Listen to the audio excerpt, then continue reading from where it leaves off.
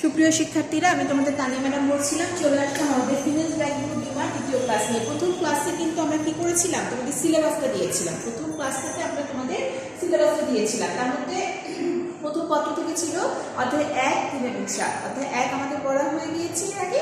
অধ্যায় 3-এর আমরা অনেকগুলো অঙ্ক করেছিলাম। কি কি অঙ্ক করেছিলাম আমি একটু রিপিট করি। প্রেজেন্ট ভ্যালুর দুটা সূত্র করেছিলাম আমরা, ফিউচার ভ্যালুর একটা সূত্র করেছিলাম। এছাড়াও প্রেজেন্ট ভ্যালু অ্যানুইটি 4টা সূত্রের উপরে আমরা দুটো সূত্র দিয়ে কাজ করেছি। ফিউচার ভ্যালু অ্যানুইটি 4টা সূত্রের ভিতরে আমরা একটা সূত্র দিয়ে কাজ করেছি। মানে কিভাবে কিস্তি নির্ণয় করতে হয় সেটা আমরা দেখেছিলাম। হ্যাঁ, সুতরাং আমরা ওই কাজগুলো করেছি। আজকে আমরা যাবো কিস্তি থেকে কিভাবে ঋণ পরিশোধ সূচি তৈরি করতে হয় সেটাকে। ঋণ পরিশোধ সূচি আমি একটা প্রশ্ন লিখেছি, বাট প্রশ্নটা দেখার আগে তোমাদেরকে একটু বলি। ঋণ পরিশোধ সূচি জিনিসটা আসলে কি? যে কোনো একটা ব্যাংকে প্রাইভেট, আচ্ছা ব্যাংকের কথা যখন আসলে একটু বলি, কমার্স নিবে বা 9-এ উঠেছে কোন গ্রুপ নিবে বা এরকম কাউকে, অথবা ইন্টার পড়ছে অথবা ইন্টার পাস করেছে এমন কোনো কমার্সের স্টুডেন্টকে, ব্যবসায়িক শিক্ষা শাখার স্টুডেন্টকে যদি আমি জিজ্ঞাসা করি যে তোমরা কেন কমার্স নিয়ে পড়েছো বা পড়ছো বা কমার্স কেন নিতে চাচ্ছ, তখন আমি মোস্ট অফ দি স্টুডেন্টের কাছ থেকে যে অ্যান্সারটা পেয়েছি সেটা হচ্ছে, ম্যাডাম আমরা হচ্ছে ব্যাংকে চাকরি করব। হ্যাঁ, ব্যাংকে চাকরি করা আসলে বর্তমান বাংলাদেশের প্রেক্ষাপটে ব্যাংকে চাকরি করাটা এত কেন গুরুত্বপূর্ণ সেটাও কিন্তু একটা চিন্তার বিষয়। সেটা হচ্ছে আজকালকার যে প্রাইভেট ব্যাংকগুলো রয়েছে বাংলাদেশে, তারা কি করছে, একটা হ্যান্ডসাম স্যালারি দিচ্ছে। যারা জব করছে তাদেরকে একটা হ্যান্ডসাম স্যালারি দিচ্ছে। হ্যাঁ, এবং খুব সুন্দর একটা পরিবেশে খুব সুন্দর করে ছেলেমেয়েরা কাজ করছে, যারা যাচ্ছে ওখানে তারা কাজ করছে, একটা হ্যান্ডসাম স্যালারি পাচ্ছে, তাদের ফ্যামিলি এবং আদার্স যে আমি বলবো যে খরচগুলো নির্বাহ করে সেটা তাদের জন্য সহজবোধ্য হচ্ছে। তো আরেকটা যে গুরুত্বপূর্ণ একটা ব্যাপার, সেটা হচ্ছে বলা হয়ে থাকে বর্তমান সামাজিক প্রেক্ষাপটে মেয়েদের জন্য নাকি ব্যাংকের চাকরি এবং শিক্ষকতা, এই দুটো হচ্ছে সবচেয়ে সেফ জব। হ্যাঁ, হতে পারে এটাও একটা ইন্টেনশন ব্যাংকের চাকরিটাকে বেছে নেওয়ার জন্য। যেটাই হোক না কেন, ব্যাংকের চাকরিটা এখন অনেকেই এই ব্যাংকের চাকরি জয়েন করার জন্য, এবং তোমরা দেখে থাকবো অন্যান্য গ্রুপ থেকেও কিন্তু পাশ করে, ফিজিক্স থেকে পাশ করছে বা পরিণতি থেকে পাশ করছে, এরকম পাশ করে কিন্তু ব্যাংকে জব করছে। হ্যাঁ, ব্যাংকে জবের ব্যাপারে খুব ইন্টারেস্টেড ফিল করছে তারা। তো যাই হোক, এবং লাস্ট পর্যন্ত এমবিও করছে, ব্যাংকে চাকরি করার জন্য এমবিও শেষ করছে। যাই হোক, এখন আমরা সেই ব্যাংকে গিয়ে একটা গুরুত্বপূর্ণ কাজ নিয়ে আলোচনা করবো, ঋণ পরিশোধ সূচি। ন্যাচারালি ব্যাংকে যদি কারো ফ্যামিলিকে ব্যাংকে জব করে, তারা জিজ্ঞাসা করবে ব্যাংকে 4 ধরনের কাজ থাকে। হ্যাঁ, এক নাম্বার হচ্ছে জিবি সেকশন। জিবি সেকশন হচ্ছে জেনারেল ব্যাংকিং সেকশন। সেখান থেকে তোমাকে অ্যাকাউন্ট কীভাবে করতে হয়, খুলতে হবে, অ্যাকাউন্ট কীভাবে ক্লোজ করতে হবে, অ্যাকাউন্ট কীভাবে আপডেট করতে হবে, হ্যাঁ, তারপরে হচ্ছে ডিপিএস কীভাবে খুলতে হবে বা আদার্স যত প্রকারের অ্যাকাউন্ট আছে সেই সম্পর্কে তোমরা জানতে পারবে এবং সেগুলো তোমরা ওপেন করতে পারবে বা ক্লোজ করতে পারবে। এরপর আছে ফরেন সেকশন। ফরেনের যে সমস্ত ব্যাপারগুলো, বিভিন্ন সিকিউরিটিস ক্রয় বিক্রয় করা, বিভিন্ন জিনিস মনে করো বিভিন্ন সিকিউরিটিসগুলো ক্রয় বিক্রয় করা বা সেগুলোতে বাট্টা করে সেগুলো লাভের অংশ দেওয়া, এই জিনিসগুলো ফরেন সেকশনে করা হয়ে থাকে। থার্ডলি হচ্ছে লোন সেকশন। লোন সেকশনে লোন স্যাংশন করা হয়ে থাকে, লোন দেওয়া হয়ে থাকে, যে কতটুকু লোন দেওয়া হবে, সেই লোনের মধ্যে কতটুকু সুদ থাকবে, কতটুকু আসল থাকবে, কত বছরের মধ্যে পরিশোধ করতে হবে, সেক্ষেত্রে প্রত্যেক বছর কত টাকা করে পরিশোধ করতে হবে, এই জিনিসগুলো থাকে ওখানে। ঠিক আছে, আচ্ছা, এটা গেল আমাদের লোন সেকশন। এবং আরেকটা হচ্ছে ক্যাশ সেকশন। ক্যাশ সেকশনটা পুরো আলাদা করাই থাকে। লোন সেকশনের একটা মজার ব্যাপার কি জানো, লোন সেকশনে ন্যাচারালি বিভিন্ন ব্যাংকে যারা চাকরি করে, লোন সেকশনে যারা থাকে তাদের মানে মোস্ট অফ দি পার্সনই ফিন্যান্স অথবা অ্যাকাউন্টিং ব্যাকগ্রাউন্ড। কারণ ফিন্যান্স অথবা অ্যাকাউন্টিংয়ের মধ্যে এই লোনের ব্যাপারটা আমাদেরকে খুব ভালো মতো শেখানো হয়। যারা অনার্স মাস্টার্স করে আসে বা বিবিএ করে আসে, এদেরকে খুব ভালো মতো শেখানো হয়। সেজন্য সাধারণত অ্যাকাউন্টিং অথবা ফিন্যান্স ব্যাকগ্রাউন্ডের মানুষ অথবা বিবিএ করা মানুষ, তারাই কিন্তু লোন সেকশনে কাজ করতে পারে। কারণ 3টা ডিপার্টমেন্টের মধ্যে লোন সেকশনে কাজটা একটু ক্রিটিক্যাল টাইপের। হ্যাঁ, তো সুতরাং আমরা লোন সেকশনেরই একটা কাজের উপর আজকে আমরা নিয়ে আলোচনা করবো, সেটা হচ্ছে ঋণ পরিশোধ সূচি। ঋণ পরিশোধ সূচিটা তৈরি করতে গেলে আমাদের কিভাবে কি করতে হবে সেই জিনিসগুলো আমরা আজকে দেখবো অঙ্কের। ওকে, তাহলে আসো আমরা শুরু করি আমাদের কাজ।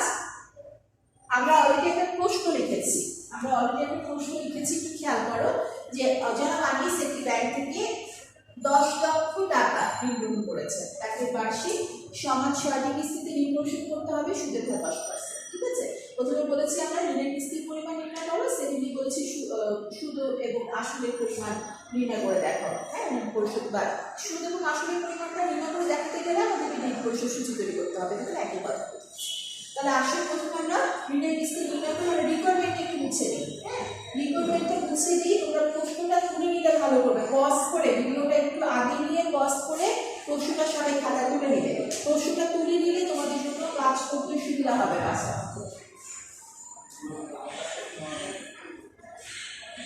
তাহলে ক নাম্বার রিকোয়ারমেন্ট, আমরা ঋণের কিস্তি নির্ণয় করব। প্রথমে দেওয়া আছে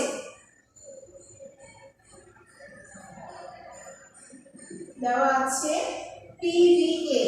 একটা জিনিস খেয়াল করবে না, সেটা হচ্ছে এখানে বলেছে জনা মানিস একটি ব্যাংক থেকে 10 লক্ষ টাকা ঋণ গ্রহণ করেছে। 10 লক্ষ টাকা ঋণ কিন্তু আজকের দিনে তিনি গ্রহণ করেছে, এটা কিন্তু 5 বছর পরে বা 10 বছর পরে গ্রহণ করেননি, সেটা এটা প্রেজেন্ট ভ্যালু হবে। হ্যাঁ, প্রেজেন্ট ভ্যালু এমনি মান দেওয়া হচ্ছে 10 লাখ টাকা।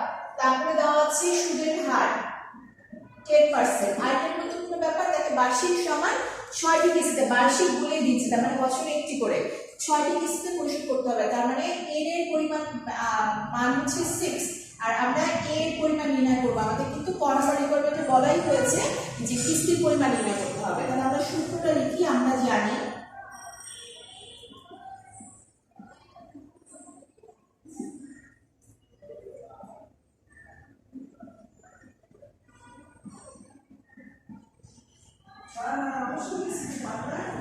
one minus 1 divided by 1 plus I whole to the power n divided by I, এটাকে আমরা থার্ড ব্র্যাকেটে লিখব, বা না দিলেও হয়তো আমি দিয়ে দিলাম তোমাদের। হ্যাঁ, এটা হচ্ছে আমাদের সাধারণ কিস্তির সূত্র, সাধারণ অ্যানুইটির সূত্র। ঠিক আছে, তাহলে সাধারণ অ্যানুইটির সূত্রের পরে আমি মান বসাবো এখানে।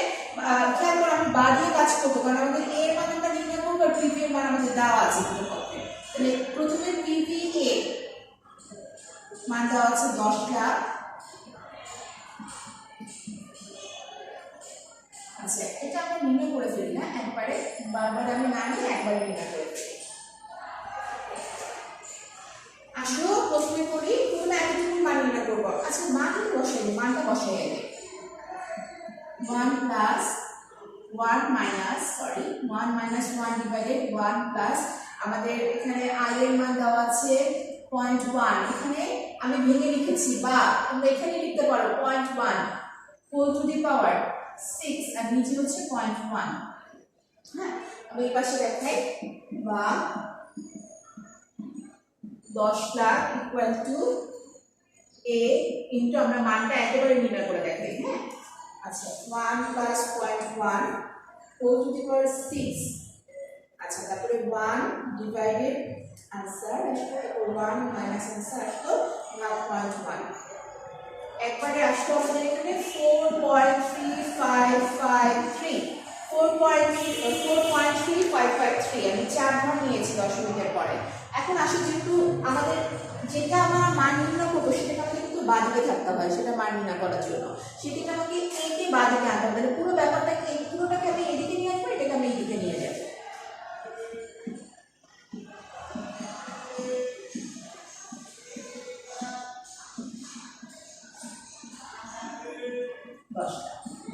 এবার এইটাকে রেখে এটাকে আমি ভাগ করে দেবো, যেহেতু এখানে গুণ হিসাবে আছে বা পক্ষ চেয়েছি বলে এটা ভাগ হিসাবে যাবে।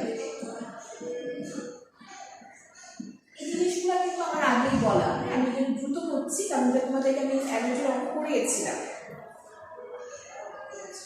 ভাগ 4.3553, 4.3553 এর মান আসে 2 লাখ।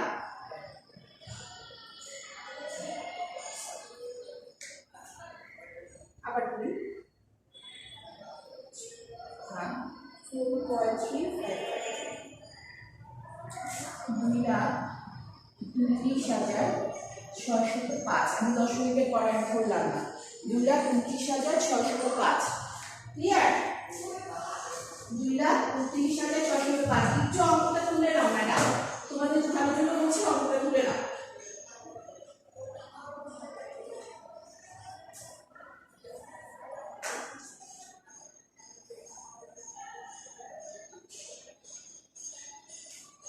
ওকে, মুছে দেই। হ্যাঁ, পজ করে বাকিটা তুলে নিও তোমরা। আমরা খ নাম্বারে যাব, ঋণ পরিশোধ সূচি তৈরি করতে যাব আমরা।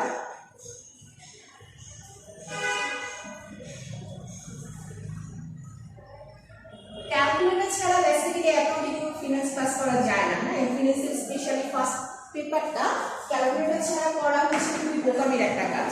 তাহলে আসলে খ নাম্বারে যাব আমরা। খ নাম্বার রিকোয়ারমেন্ট হচ্ছে আমাদের ঋণ পরিশোধ সূচি।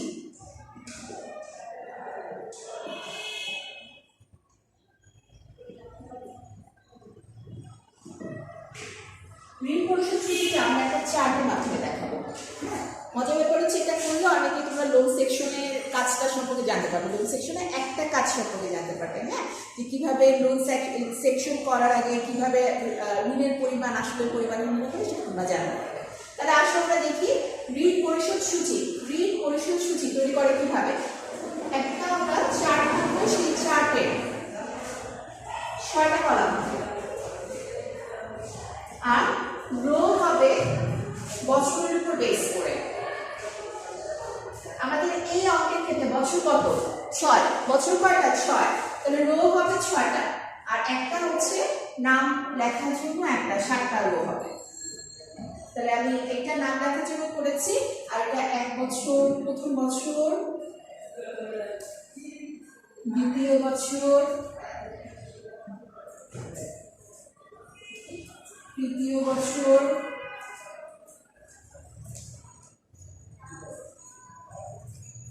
চতুর্থ বছর,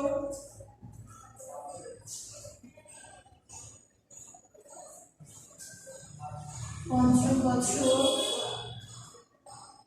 and last one ষষ্ঠ বছর। আচ্ছা ম্যাডাম এঁকেছি স্কেল ছাড়া, হাত দিয়ে তাড়াহুড়া করে লাইনগুলো একটা ইন্ডিয়া একটা কারেন্ট চলে যাওয়া ইম্পসিবল কিছু না। বাট তোমরা কিন্তু বাসায় যখন করবে, প্র্যাকটিস করবে, পরীক্ষা দিবে, লাইনগুলো কিন্তু সুন্দর করে হাত দিয়ে না স্কেল দিয়ে টানতে হবে, চেষ্টা করবে 4টা পেন্সিল দিয়ে আঁকার জন্য। ঠিক আছে, আসলে আমরা দেখি প্রথম যে কলামটা, সেই কলামটার নাম হবে বছর। আমরা উপরে দিয়ে এটা 1 নম্বর কলাম এবং অবশ্যই এই যে আমি 1 নম্বর কলাম দিচ্ছি তোমরা পরীক্ষায় লিখবে, এটা তোমাদের বোঝার সুবিধার জন্য। যদি বাসায় যখন অঙ্ক করতে যাবে এটা মনে রাখতে পারবে, একটা টেকনিক। কারণ আমাদের পরের কলামগুলো কিভাবে নির্ণয় করবো সেটা দেখার একটা টেকনিক। হ্যাঁ, আমি বছরগুলো বসিয়ে দিই 1 2 3 4 5 and 6। ঠিক আছে, দ্বিতীয় কলামের নাম হবে বছরের শুরুতে ঋণের পরিমাণ। বছরের শুরুতে ঋণের পরিমাণ, এটা 2 নম্বর কলাম। 3 নম্বর কলাম হবে কিস্তির পরিমাণ, যেটা আমরা একটু আগে নির্ণয় করেছি, কিস্তির পরিমাণ 3 নম্বর কলাম। আচ্ছা, 4 নম্বর কলাম হবে সুদের পরিমাণ। 4 নম্বর কলামটা কিভাবে নির্ণয় করতে হবে আমি এখানে লিখে দিব। 5 নম্বর কলাম, 5 নম্বর কলাম হবে আসলের পরিমাণ। আসলের পরিমাণ 5 নম্বর কলাম হবে আসলের পরিমাণ। 6 নম্বর কলাম হবে বছরের শেষে ঋণের পরিমাণ। বছরের শেষে ঋণের পরিমাণ।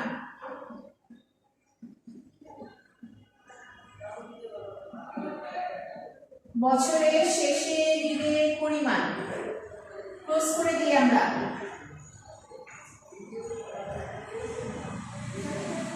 ঠিক আছে, এই গেল আমাদের চার্ট। এখন আমরা একটা করে করবো আর দেখবো যে কিভাবে হয়। লেখাতে দেখা যাচ্ছে? আই থিংক সো, দেখা যাচ্ছে।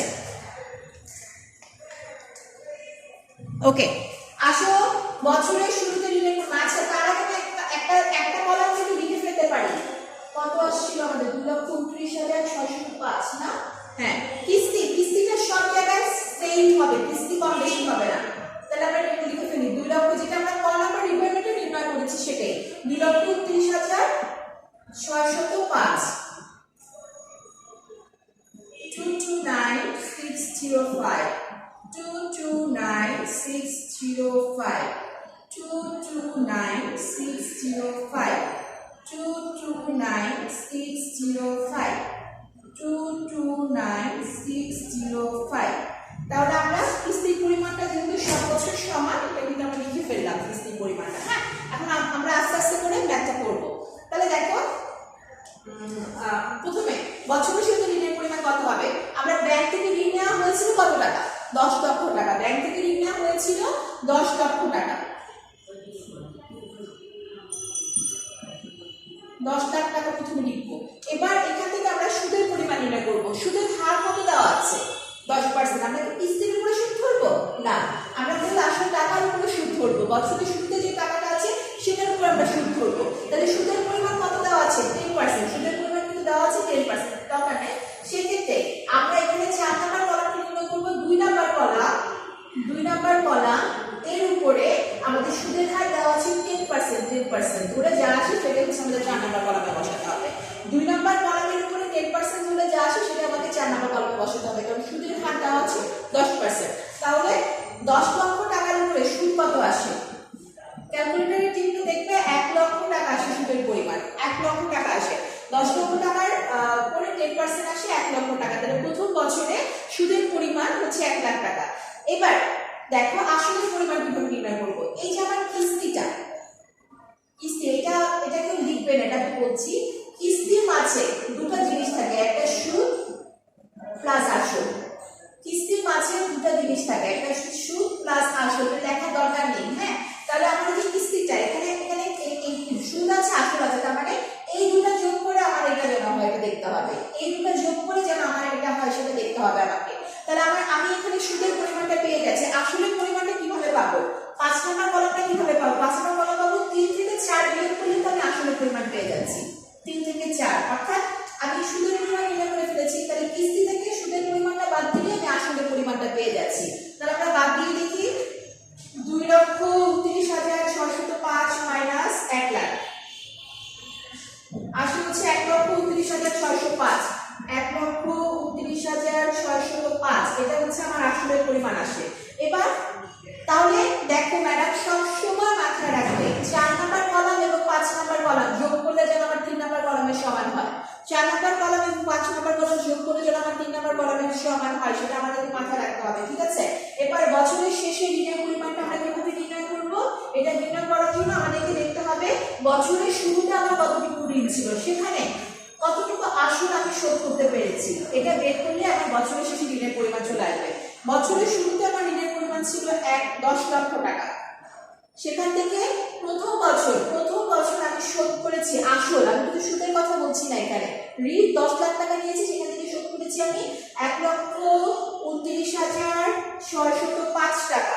তাহলে আমার বছরের শেষে ঋণের পরিমাণ থাকবে 8,70,395 টাকা। 8,70,395 টাকা। এর জন্য আমি বলেছি 2 নাম্বার কলাম থেকে 5 নাম্বার কলাম বাদ দিলে যা থাকে সেটা আবার বছরের শেষে আসবে। এখন কি তোমাদেরকে বোঝাতে পেরেছি আমি এই জিনিসগুলো দিয়েছি? এটা কিন্তু বইয়ে অঙ্ক করতে গেলেও দেখতে পাবে এটা দেওয়া আছে। পরীক্ষার হলে ভুলো এগুলো লিখবে না, কারণ এটা জাস্ট তোমার বোঝার সুবিধার জন্য দেওয়া। ঠিক আছে? তাহলে আমি প্রথমে কি করলাম, বছরের শুরুতে ঋণের পরিমাণ লিখেছি। আমি কিস্তির পরিমাণটা আগে থেকে জানি, সেই শুরুর যে ঋণের পরিমাণ সেখান থেকে 10% ধরে আমি সুদ নির্ণয় করেছি। এবার কিস্তি থেকে সুদ বাদ দিয়েছি, সুদ বাদ দিলে আমি আসলের পরিমাণ পেয়েছি। এবার আমি জেনে গিয়েছি যে প্রথম বছরে সুদ কত টাকা পরিশোধ করেছি, কত টাকা আসল পরিশোধ করেছি।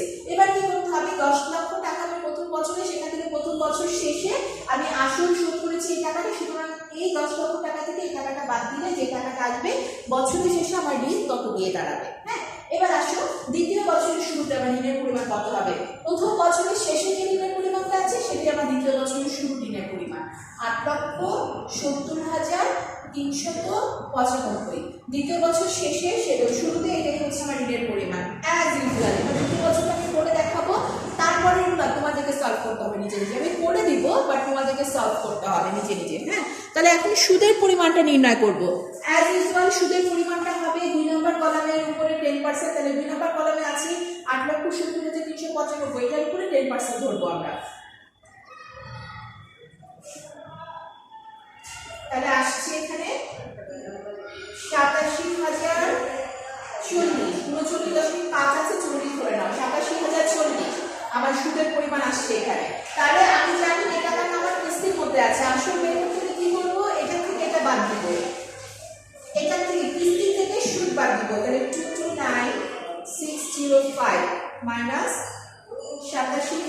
40, এটা বাদ দিলে আমার আসলের পরিমাণ দ্বিতীয় বছর আসবে 1,42,565, 1,42,565, এটা আমার দ্বিতীয় বছরে আসলের পরিমাণ আসছে। এখন আমি চিন্তা করবো আমি কিন্তু এবছর এই দুটো মিলিয়ে দেখো আমার এই টাকাটা এসেছে, ঠিক আছে।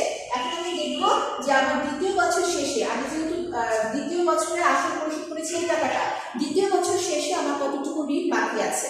তাহলে 8,70,395, 8,70,395 মাইনাস 1,42,565 বাদ দিলে আমার দ্বিতীয় বছর শেষে ঋণ আসে 7,27,830, 7,27,830। এবার আমি আমার মতো করে করবো, বলতে থাকবো, আপনারা আপনাদের মতো করে সলভ করেন, ম্যাডাম দেখি পারেন কিনা। চলে আসি তৃতীয় বছরে শুরুতে ঋণের পরিমাণ হবে 7,27,830, এটার উপরে আমরা 10% সুদ ধরবো। সুদ হলে আমাদের আছে 72,783, 72,783। হ্যাঁ, সুদের পরিমাণ আসে 72,783। এবার আমরা দেখবো যে আসলের পরিমাণ কত। আসলের পরিমাণ কত? 72,783। আসলের পরিমাণ আসে 1,56,822, 1,56,822 আমার আসলের পরিমাণ আসে। এবার দেখবো তৃতীয় বছর শেষে আমাদের ঋণের পরিমাণ আসে কত? 7,27,830 মাইনাস 1,56,822। চলে আসে আমাদের তৃতীয় বছর শেষে 5,71,008, 5,71,008 টাকা। তাহলে এখানে চতুর্থ বছরের শুরুতে আমার চলে আসবে 5,71,008 টাকা। এটার উপর আমি 10% সুদ ধরবো। আসবে আমার 57,101 বিল, কারণ 100.8 আছে, 101, 57,101, ঠিক আছে। তাহলে 2,29,605 মাইনাস 57,101 বাদ দিলে আসলে পরিমাণ আসে 1,72,504 টাকা, 1,72,504 টাকা। এবার আমি চতুর্থ বছরের শুরুতে যে ঋণ সেখান থেকে আমি আসলটা বাদ দিব। 5,71,008 টাকা থেকে বাদ দিব 1,72,504 টাকা। বাদ দিলে আমার আসতেছে 3,98,504 টাকা, 3,98,504 টাকা। এবার এটাকে পরের বছরের শুরুতে নিয়ে চলে আসবো 3,98,504 টাকা। এখানে আমি সুদ ধরবো 10%, সুদ ধরবো 10%, তাহলে আসছে এখানে আমার 39,850 টাকা। 50.4 আসলে আমরা এটাকে 50 করে নিব। হ্যাঁ, 850 টাকা। এবার আমি কিস্তি থেকে সুদের পরিমাণ বাদ দেব। 229,605 মাইনাস সুদের পরিমাণ হচ্ছে আমাদের 39,850 টাকা, 39,850 টাকা। এটা বাদ দিলে আসে আমার 1,89,755 টাকা, 1,89,755 টাকা। এবার আমি বছরের শুরুতে আমার যে ঋণের পরিমাণ ছিল সেখান থেকে আমি আসলের পরিমাণটা বাদ দিয়ে দেখবো বছরের শেষে আমার ঋণের পরিমাণ কত আসে। বছরের শেষে আমার ঋণের পরিমাণটা কত আসে? 1,89,755 আমার বছরের শেষে আসে 2,08,749, কিন্তু এটা আমি লিখবো না, আমি একটু করে লিখে রাখি 2,08,749, এটা আমি লিখে রাখি, কিন্তু আমি এটা লিখবো না, ঠিক আছে। মানে এটা আমি জাস্ট কিছু রাখলাম, কারণ আছে একটা। এখন খেয়াল করেন, এটা একটা ট্রিক্স। ঋণের কিস্তি ঋণ পরিশোধ সুবিধা তৈরি করতে গেলে এই ট্রিক্সটা আমরা ইউজ করতে পারি। কিভাবে? আমরা দশমিকের পরে অনেকগুলো ঘর নিয়ে নিই, কিস্তির ওখানে আমাদের দশমিকের পরে ঘর নিয়ে, দশমিকের পরে মান ছিল সেটা আমরা নিয়ে নিই। এই জন্য বেশ কিছু টাকা আমাদের এদিক ওদিক হয়, কিছু টাকা এদিক ওদিক হয় বলতে কম বা বেশি আসে। আমার শেষের বছর ঋণের পরিমাণ এখানে 0 আসবে, 0 আসবে, কারণ আমি 6 বছরের মধ্যে আমার এই সমস্ত দেনাপাওনাটা পরিশোধ করে দিব। হ্যাঁ, এখন আমার বছরের শেষে, পঞ্চম বছরের শেষে যে ঋণটা সেটা তো আমি এখানে আনতে হবে, তাই না? 2,08,749 এখানে আনতে হবে, এবং এটা আমার মিলাতে হবে। কিন্তু আমি অলরেডি আমার বছরের শুরুতে ঋণের পরিমাণ আছে 2,08,750, আমি কিস্তি রেখেছি 2,29,000, সেটা কি হয়? 2,29,000 সেটা কি হয়? হয় না। তাহলে আমাকে করতে হবে কি জানেন? কিস্তিটা মেলাতে হবে, কিস্তিটা মিলিয়ে দিতে হবে। কিস্তিতে মেলানোর জন্য আমাকে কি করতে হবে? আমাকে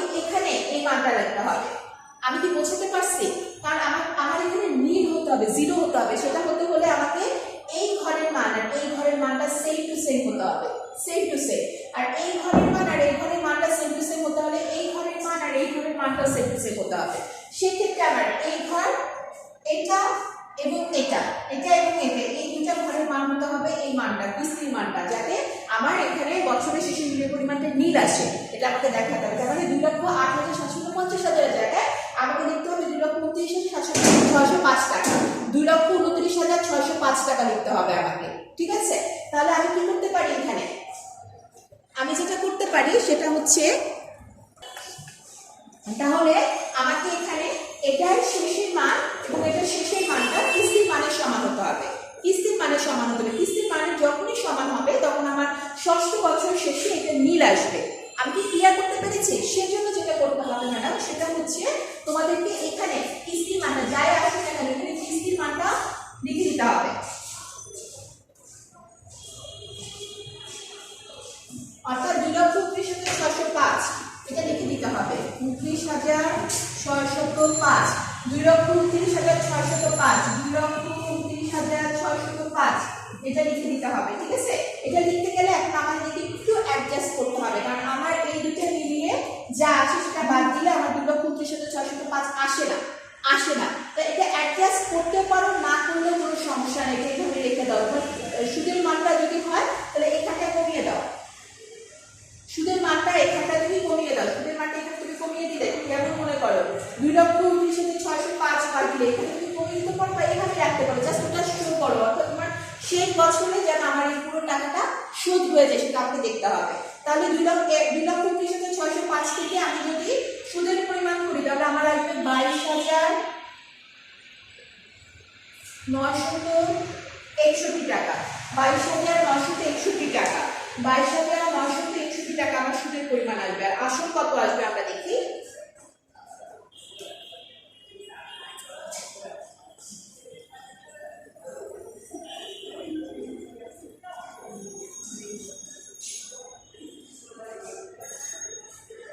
$2,29,605 মাইনাস 22,605 আসবে 2,07,000, 2,07,000। এখানে আমার কিস্তির পরিমাণ আসবে 2,07,000। যখনই আমি এভাবে লিখবো তখনই আমার অঙ্কটা ফুল মিলে যাচ্ছে। ঠিক আছে, এখন এখানে কিন্তু আমার একটু কয়েক হাজার টাকার গরমিল আছে, বাট তোমার মূল ব্যাপারটা যেটা যে তোমার সুদের পরিমাণটা ঠিক আছে, তোমার এখানে আসলের পরিমাণটা ঠিক আছে, বাস এটাই হচ্ছে এনাফ তোমার। ওই আর যেটা দেখতে হবে তোমার এই দুটা ঘর ঠিক আছে কিনা, এবং আরেকটা হচ্ছে তোমার এখানে জিরো ব্যালেন্স আসছে কিনা। ঠিক আছে, আর ওখানে আমরা যতটুকু করলাম তার ঠিকই এটা সাধারণত হয়ে থাকে, কারণ দেখো ষষ্ঠ বছর শেষে আমাদের এই ঋণের পরিমাণটা অনেক কম আসে। ষষ্ঠ বছরের প্রথমে কিস্তির পরিমাণটা আসে বেশি। এটা তো কখনো হতে পারে না যে আমার ঋণ আছে 2 টাকা, আমি কিস্তি দিব 5 টাকা, বাট এটা বিভিন্ন চার্জ আছে ব্যাংকে মিলিয়ে আমাদের এই টাকাটা চলে আসে। ঠিক আছে, সেজন্য আমরা কি করবো, এই ট্রিক্সটা আবারও বলছি, ষষ্ঠ বছরের শেষে এই ঘরটা নীল হবে, এখানে কোনো টাকার অ্যামাউন্ট আসবে না। আর সেটা হওয়ার জন্য কিস্তির টাকা এবং বছরের শুরুতে ঋণের পরিমাণ এক হতে হবে। কিস্তির টাকা বছরের শুরুতে ঋণের পরিমাণ টাকাটা এক হওয়ার জন্য প্রত্যেক বছরের শেষে যে টাকাটা সেটা কিস্তি টাকা সমান হতে হবে। বছরের শেষে ঋণের পরিমাণের টাকাটা কিস্তি টাকা সমান হতে হবে। এটাকে মেলানোর জন্য তুমি এখানে একটু ট্রিক্স খাটাতেই পারো, এখানে ট্রিক্স করতেই পারো। আর টিচার যখন তোমার প্রশ্ন দেখবে, উত্তরটা দেখবে, তখন দেখবে তোমার এই ঘরের মানটা এটার উপরে তুমি ঠিক মতো করেছো কিনা, আসলের পরিমাণটা ঠিক মতো লিখেছে কিনা, আর এটা তোমার নিচে বিল ব্যালেন্স এসেছে কিনা। আমার কথা ক্লিয়ার?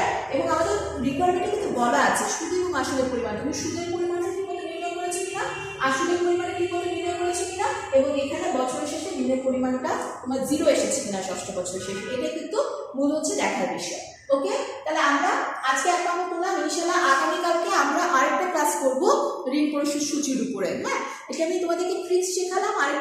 আরেকটা ক্লাস করে আমরা পরবর্তী সূত্রে যাব, পরবর্তী যে সূত্রে ইয়ারে যে সূত্র আমরা করবো সেটা আমরা সূত্রে যাব। ঠিক আছে, আজকে ক্লাস এতটুকু, একটু বড় ক্লাস, একটু বারবার করে রিপিট করে শুনবা আর রিভাইজ করবা এবং খাতা অঙ্কগুলো করবে। এবং তোমাদের বইতে ঋণ পরিশোধ সূচি কিছু অঙ্ক দেওয়া আছে, চেষ্টা করবে অঙ্কগুলো সলভ করার জন্য।